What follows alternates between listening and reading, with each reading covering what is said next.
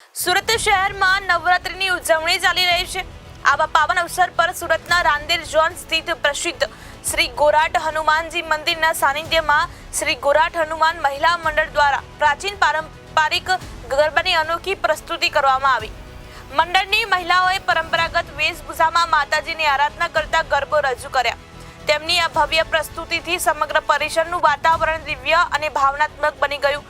આજના સમયમાં DJ sound પર ફિલ્મી ગીતો અને આધુનિકતાના નામે અભદ્ર વેશભૂષા સાથેના ગરબા જોવા મળે છે, ત્યારે ગોરાટ હનુમાન મહિલા મંડળનો આ પ્રયાસ પરંપરાઓને સાચવતો અનોખો ઉદાહરણ છે।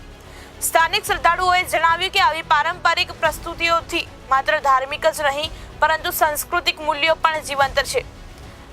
નવરાત્રીના પાવન પર્વ પર આયોજિત આ પારંપરિક ગરબા લોકો માટે આકર્ષણનું કેન્દ્ર બની રહ્યા છે। અચ્છા, આજે અમે શેરી ગરબાનું આયોજન અહીંયા ગોરાટ હનુમાન ચોક ખાતે થયું હતું। અમારો ટાઈમ 7:30 થી 8 દરમિયાન હતો અને ખરેખર અમારા આખી ટીમ થી બહુ જ સરસ ગરબો અહીંયા અમે પ્રસ્તુત કર્યો। આજે જ્યારે ખાનગી આયોજનો દ્વારા ડીજેના સથવારે થાય છે ત્યારે આપ કેવી રીતે અલગ રીતે કરી રહ્યા? એટલે એ જે થાય છે તે ખાલી મોજશોખ માટે અને પોતાની આનંદ કરવા માટેની એક પ્રવૃત્તિ થઈ ગઈ છે, જ્યારે પ્રાચીન સંસ્કૃતિ છે આપણી, જે સાંસ્કૃતિક વારસો જાળવવા માટે જે પરંપરા જાળવવાનું કામ એ આ શેરી ગરબા થકી થાય એ બહુ જરૂરી છે। અને ગરબો ગઈને રમીને અને માની સામે ગોળ ફરતો કરીએ તે ખરેખર બહુ યોગ્ય છે। આપનો પરિચય?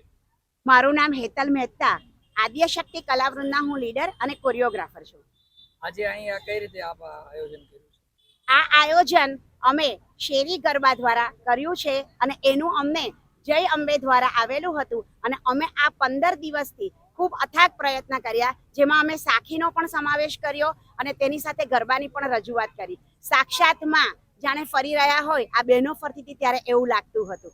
તો પારંપરિક ગરબાનો વારસો જાળવવો એ જ અમારો ધ્યેય છે અને એ દિશામાં જ અમે હંમેશ માટે પ્રયાણ કરીશું।